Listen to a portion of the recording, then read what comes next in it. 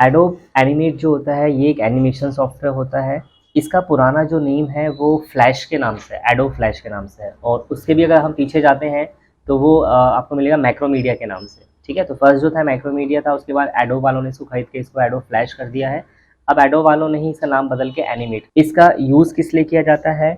2D animations create करने के लिए, यानी आपको कोई भी 2D एनिमेशन कार्टून बनाना है तो उसके लिए एनिमेट को यूज़ किया जाता है। हालांकि और भी मार्केट में सॉफ्टवेयर अवेलेबल है, उनके थ्रू भी आप बना सकते हैं, लेकिन इसका खासकर इंडस्ट्री में जो लोग 2D एनिमेशंस बनाते हैं वो लोग ज़्यादा करते हैं। ठीक है, और साथ ही साथ इसके अंदर जो है आप प्रेजेंटेशंस बनाने का भी काम कर सकते हैं, प्रेजेंटेशंस भी बना सकते हैं, कोई भी वीडियो प्रेजेंटेशन करनी हो उस टाइप का काम भी आप कर सकते हैं। इसको ओपन कैसे करना होता है? सिंपली आपने क्या करना है, सर्च में जाना है और यहाँ पे लिखना है आपको एनिमेट लिखना है। ठीक है, तो ये यहाँ पे शो कर देगा, राइट। इस पर क्लिक कर देंगे तो ऑटोमेटिकली ओपन हो जाएगा। अब आपको न्यू पेज लेना है तो उसके लिए क्या करना है, फाइल पे जाना है और न्यू पे जाना है। शॉर्टकट की कंट्रोल है जैसा कि सभी सॉफ्टवेयर में होता है। तो यहाँ पे ये आएगा। अब इसके अंदर यहाँ पे अलग अलग साइज दिखा रहा है कि आप किस पर्पज़ के लिए काम कर रहे हैं। जैसे कि आप सोशल, आप करेक्टर एनिमेशन के लिए काम कर रहे हैं तो यहाँ पे उसके प्रीसेट्स हैं। लाइक ये फुल एच है, ये एच है, ये 4K है, उसका ये बड़ा साइज़ हो गया, ये सबसे छोटा साइज़ हो गया। ठीक है, सोशल के लिए कोई आप ऐड वगैरह बना रहे हैं, कोई प्रेजेंटेशंस बना रहे हैं वीडियो एनिमेशंस का, तो वो आप यहाँ से साइज़ ले सकते हैं। जैसे ये आपका लाइक स्मॉल साइज़ है, लार्ज साइज़ है, फिर ये ट्विटर के लिए हो गया, यूट्यूब के लिए साइज़ हो गया। ठीक है, अलग ये भी यूट्यूब के लिए एचडी है, फुल एचडी है, 4K है, ये दिखा रहा है। आइकन से पता लग जाएगा आपको, ये यूट्यूब के लिए हो जाएगा, ये आपका ट्विटर के लिए साइज़ हो जाएंगे अलग अलग। प्रोफाइल के लिए साइज़ यहाँ पे बना हुआ आ रहा है, हेड का प्रोफाइल बना हुआ, तो ऐसे अलग अलग यहाँ पे साइज़ दिए गए हैं। गेम पर्पज़ के लिए कोई आप एनिमेशन बना रहे हैं तो यहाँ पे लो साइज़ है, मीडियम है, हाई है, अलग अलग साइज़ यहाँ पे मिल रहे हैं आपको। फ़ोन के लिए कोई बना रहे हैं तो इस तरीके से अलग अलग टाइप के यहाँ पे आपके प्रीसेट्स हैं। ठीक है, बाकी अगर आप कोई भी इसमें से लेते हैं उसके बाद आप जैसे यहाँ पे चेंज करेंगे तो ऑटोमेटिकली वो कस्टमाइज बन जाएगा।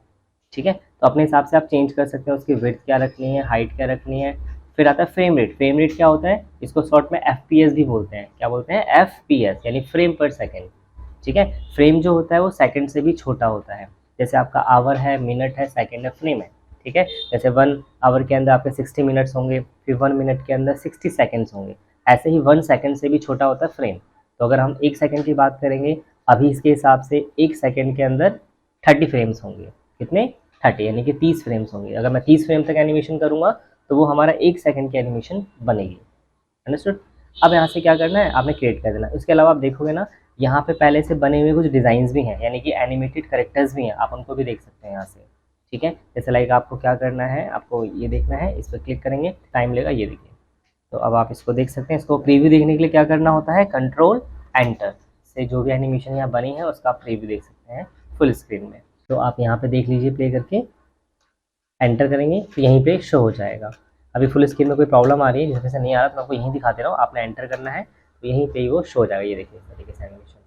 अब इसमें आप एक चीज़ देख सकते हैं, ये जो ब्लैक वाला है ये क्या है, ये पेज है, बाकी एक्स्ट्रा ड्राइंग एरिया है बेसिकली। ठीक है, मतलब मैं इसको वीडियो बनाऊंगा या इसको SWF में एक्सपोर्ट करेंगे तो सिर्फ इतना पार्ट ही आएगा। ठीक है, जितना पेज का साइज़ होता है मीन्स। तो आप एंटर देख सकते हैं, ये इस तरीके से एनिमेशन बना हुआ है। और इसमें ज़्यादा जो यूज़ हो रखा है बस basically frame by frame animation का यूज़ है, मतलब दोनों ही है। जहाँ पे भी आपको एरो दिख रहा है दैट मीन्स कि वहाँ पे ट्विन यूज़ है, और जहाँ पे पॉइंट्स दिख रहा है वहाँ पे इसका मतलब फ्रेम बाय फ्रेम है। जैसे अभी यहाँ पे लगातार डॉट डॉट आ रहे हैं आपके, तो ये फ्रेम बाय फ्रेम है। ठीक है, इसको भी हम सीखेंगे कैसे करना होता है। तो ऐसे पहले से बने हुए भी प्रीसेट्स हैं, आप इनसे थोड़ा आइडिया ले सकते हैं। और फ्रेश न्यू लेना है, कंट्रोल एन करो और यहाँ से अपने हिसाब से आप ले सकते हैं जो भी आपको लेना है। तो फिलहाल मैं ले रहा हूँ HD का साइज़ ले रहा हूँ, और फिर जस्ट क्रिएट पे क्लिक कर देंगे तो नोट यहाँ पे पेज आ जाएगा दिस वन। ठीक है, अब इसमें जूम इन जूम आउट करना हो तो कंट्रोल माइनस होता है जूम आउट, कंट्रोल प्लस होता है जूम इन, और कंट्रोल 1 होता है इसमें फिट, यानी कि एक्चुअल साइज। फिट विंडो नहीं, एक्चुअल साइज आ जाएगा आपका। ठीक है, और कंट्रोल 2 कर देंगे तो इससे आपका फिट हो जाएगा। जैसे कंट्रोल 1 कर रहे हैं तो क्या हो रहा है, एक्चुअल साइज, और कंट्रोल 2 कर रहे हैं तो फिट पेज टू विंडो, और कंट्रोल प्लस माइनस आपको पता ही है जूम इन जूम आउट के लिए होता है। बाकी अंडू के लिए इसमें कंट्रोल Z होता है। ठीक है, और रीडू के लिए कंट्रोल Y होता है। आपने कुछ भी बनाया, हटाना है, कंट्रोल Z कर दो, वापस लाना है, रीडू कर दो, मीन्स कंट्रोल Y कर दो। ठीक है, ओके। अब इसमें क्या आता है, यहाँ पे ये नेक्स्ट आता है मेन्यूज बार, जिसके अंदर हमारे सारे ऑप्शंस होंगे। मेन इसमें यहाँ पे टूल बार होगा, और नीचे आता है ये टाइमलाइन। टाइमलाइन का मतलब होता है जिसके थ्रू हम इसको एनिमेट करेंगे, मोशन करेंगे। और यहाँ पे इसका आता है ये प्रॉपर्टी बार। तो प्रॉपर्टी बार का मतलब होता है हम जो भी टूल यहाँ पे सेलेक्ट करेंगे, यहाँ पे क्रिएट करेंगे, तो उससे रिलेटेड जो ऑप्शंस होंगे वो यहाँ पे शो होगा, और फिर आप उसको कुछ भी चेंजेस करना है वो यहाँ रिफ्लेक्ट होगा। जैसे क्या, मैं यहाँ पे सेलेक्ट टूल लेता हूँ, ओके, और ये सेलेक्ट टूल का मतलब होता है किसी भी ऑब्जेक्ट को सेलेक्ट करने के लिए, ठीक है। तो लाइक मैंने यहाँ पे सेलेक्ट किया तो आप देख सकते हैं उसकी फिल की प्रॉपर्टी आ गई और यहाँ पे ट्रांसपेरेंसी इसकी आ गई है। बाकी यहाँ पे विड्थ हाइट भी इसकी दिखा रहा है, इसकी विड्थ हाइट क्या रखनी है। अब इसमें एक चीज़ होती है क्या, जब हम शेप बनाते हैं ना तो ये अभी क्या हो रहा है, अलग अलग है, मतलब इसका फिल अलग है और आउटलाइन अलग है। तो इसलिए ऐसा होता है क्योंकि शेप में ना यहाँ पे एक ऑब्जेक्ट मोड आता है दिस वन, तो इसको आपने ऑन करना है। ऑन करते ही साइड में ग्रे कलर की बाउंड्री सी आ जाएगी। अब इससे फ़ायदा क्या होगा, हम जो भी ऑब्जेक्ट ड्रॉ करेंगे तो वो ग्रुप रहेगा, ग्रुप ऑब्जेक्ट रहेगा यानी कंबाइन रहेगा। जबकि इसको अगर आप ऑफ करके बनाओगे, यानी ऑफ कर दिया है, अब मैं ड्रॉ कर रहा हूँ, तो अब क्या फ़ायदा होगा कि ये अलग अलग होगा, यानी फिल अलग हो गया और सारी आउटलाइन भी अलग होंगी, यानी हम हर एक आउटलाइन को अलग कर सकते, इसको इवन मॉडिफाई भी कर, ठीक है। सबको सेलेक्ट करने के बाद में डबल क्लिक कर दूँगी, ठीक है। वो क्यों नहीं हुआ, क्योंकि वो ब्रेक कर दिया था अलग मूव, ठीक है। तो वो डिपेंड करता है किस तरीके से आप बना रहे हैं। तो ज़्यादातर तो वैसे आपको ऑन करके ही बनाना है, ठीक है, क्योंकि इससे ये होता है कि अगर हमने ऑन करके बना लिया, अब मुझे उसको मान लीजिए अलग अलग करना है बीच में, तो कंट्रोल बी से इसको ब्रेक अपार्ट करके आप अलग कर सकते, इससे कंट्रोल बी से आपको अलग कर लेना, ओके। मुझे सारा हटाना है, कंट्रोल ए कर देंगे, all select and then delete. तो अब इसके अंदर और भी कई सारे शेप्स हैं, जैसे कि आप देखेंगे रेक्टेंगल है, राउंड, देखो नॉर्मल रेक्टेंगल टूल होगा उसकी शॉर्टकट की आर है। फिर अगर आपको रेक्टेंगल प्रिमिटिव टूल यूज़ करना है उसकी शॉर्टकट की शिफ्ट आर है। तो सपोज़ मैंने ये ले लिया और उसके बाद क्लिक एंड ड्रैग कर दीजिए आप, तो इसके अंदर थोड़ी सी और भी प्रॉपर्टीज़ आ जाएंगी। वो क्या आ जाएंगी, यहाँ पे देखिए। तो फिल कलर आप यहाँ से चेंज कर सकते हैं, क्या देना है, स्ट्रोक कलर देना है, स्ट्रोक कलर वगैरह दे सकते हैं, ठीक है। थिकनेस थोड़ी सी बढ़ानी है तो इसका यहाँ से नीचे आ जाएगा स्ट्रोक साइज़, यहाँ से स्ट्रोक साइज़ इंक्रीज़ कर सकते हैं। फिल की ऑपेसिटी कम करने से ये जो ये आता है ना, ऑपेसिटी होता है यानी कि ट्रांसपेरेंसी, डाउन करना है यहाँ से डाउन कर सकते हैं आप लाइक दिस, ठीक है। हल्का से डाउन करना, कम कर सकते हैं। तो अभी क्या हो रहा है, सिर्फ फिल की ऑपेसिटी बढ़ रही है, क्यों, क्योंकि ना हम फिल में भी सिर्फ इंक्रीज़ कर रहे हैं यानी डिक्रीज़ कर रहे हैं। वापस से 100 करना है, 100 कर दीजिए। फिर स्ट्रोक है, चाहो तो स्ट्रोक की भी ऑपेसिटी कम कर सकते हो और स्ट्रोक को भी हल्का सा दिखाना है, इससे कुछ ऐसा डिज़ाइन बन जाएगा।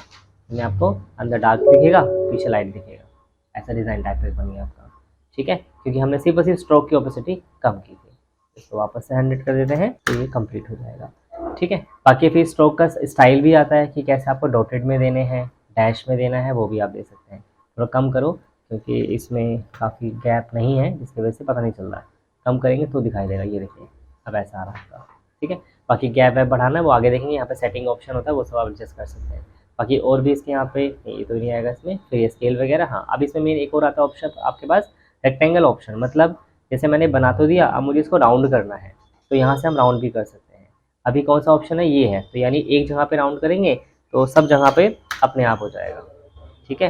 पर्टिकुलर साइड से करना है तो आप ये वाला ऑप्शन ले सकते हैं। जैसे मैंने इधर से कॉर्नर कर दिया और एक यहाँ नीचे से कॉर्नर कर दिया, इसके चारों साइड्स आएंगे, तो जिस साइड में आपको करना है उस साइड में दे सकते हैं। आप देखेंगे इस साइड में राउंड है क्योंकि यहाँ वैल्यूज़ है, ठीक है।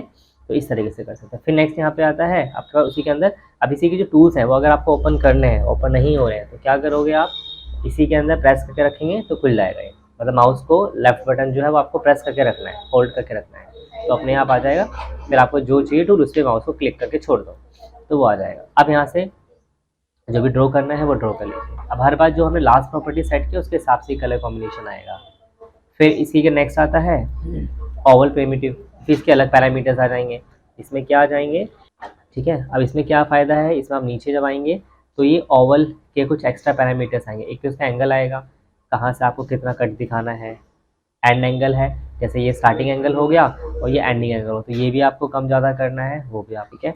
और इनर रेडियस करेंगे तो इन साइड से कुछ ऐसा रेडियस होगा लाइक, ठीक है, तो वो आप कर सकते हैं। क्लोज पाथ कर देंगे तो ये यानी ओपन है अभी, ठीक है ना, और क्लोज पे क्लिक कर देंगे तो क्लोज हो जाएगा। ओपन में दिखाना है तो आप उस पर क्लिक कर देना, उसको सेलेक्ट करेंगे तब आएगा, ध्यान रखना अगर कुछ और सेलेक्ट होगा तो नहीं आएगा। तो आपने उस शेप को सेलेक्ट करना, नीचे आना, यहाँ क्लोज वाला ऑप्शन भी आता है। बाकी रीसेट कर देंगे तो जैसे पहले था वैसा ऑप्शन, ओके। तो इस तरीके से सभी ये शेप्स रहेंगे। फिर ऐसे आते हैं पॉलीस्टार। पॉलीस्टार में क्या रहेगा कि पॉलीगन स्टार वगैरह क्रिएट कर सकते हैं। नीचे आइए तो यहाँ आपको कुछ स्टार दिख रहे हैं, इसी तरह यहीं से आप पॉलीगन बना सकते हैं और स्टार्स बना, लेकिन इस पर ध्यान रखना है कि जो सिलेक्टेड ऑब्जेक्ट है उसमें नहीं होगा, ठीक है। यानी कि आपको फ्रेश न्यू बनाना पड़ेगा। मतलब कि क्या कि आपने यहाँ से टूल तो सिलेक्ट कर लिया, अब आपको ड्रॉ नहीं करना है, पहले यहाँ से आप सेटअप कर लो कि आपको कैसा चाहिए। अब यहाँ से पॉलीगन लीजिए, ठीक है। तो नीचे आप ऑप्शन पे आएंगे, मुझे स्टार बनाना है, स्टार की साइड्स कितनी बनानी है, साइड्स यहाँ दे सकते हो आप। तो जैसे मैंने यहाँ से 8 साइड्स ले ली और अब अगर ड्रॉ करेंगे तो स्टार बनेगा वो भी 8 साइड्स वाला।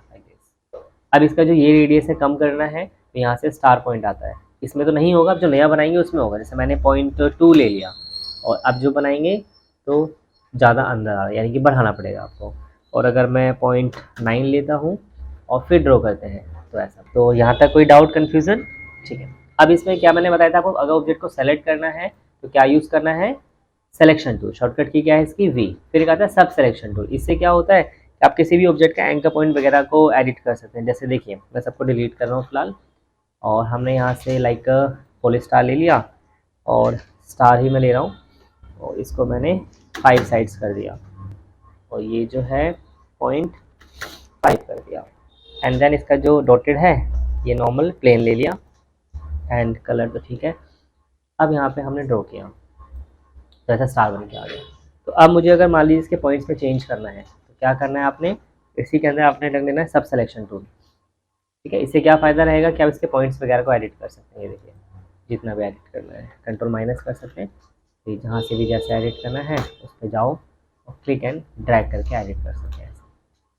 ठीक है, किसी भी साइड से एडिट करने के लिए। तो ये जो मैं ग्राफिक में सीखा है बेसिकली, क्लियर। और अब अगर मान लो हमें इसको ट्रांसफॉर्म करना हो, लाइक छोटा बड़ा करना हो, तो वो कैसे करेंगे? उसके लिए आपने क्या करना है, यहाँ पे ट्रांसफॉर्म टूल आता है, तो यहाँ से ट्रांसफॉर्म टूल लेंगे, इसको सेलेक्ट करेंगे, और फिर आपने क्या करना है, क्लिक एंड ड्रैग कर सकते हैं। आप स्केल करेंगे तो सिर्फ अप साइड स्केल होगा, ऊपर की ओर। कॉर्नर से करेंगे तो ऐसे स्केल। जैसे कि मैंने बताया कि आपको ये टाइमलाइन है, ठीक है, यहाँ पे लेयर्स का पार्ट होता है, और ये जो आपको दिख रहे हैं इसको फ्रेम्स बोलते हैं। क्या बोलते हैं? फ्रेम्स।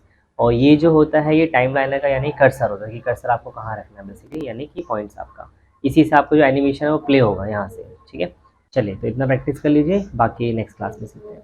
ओके।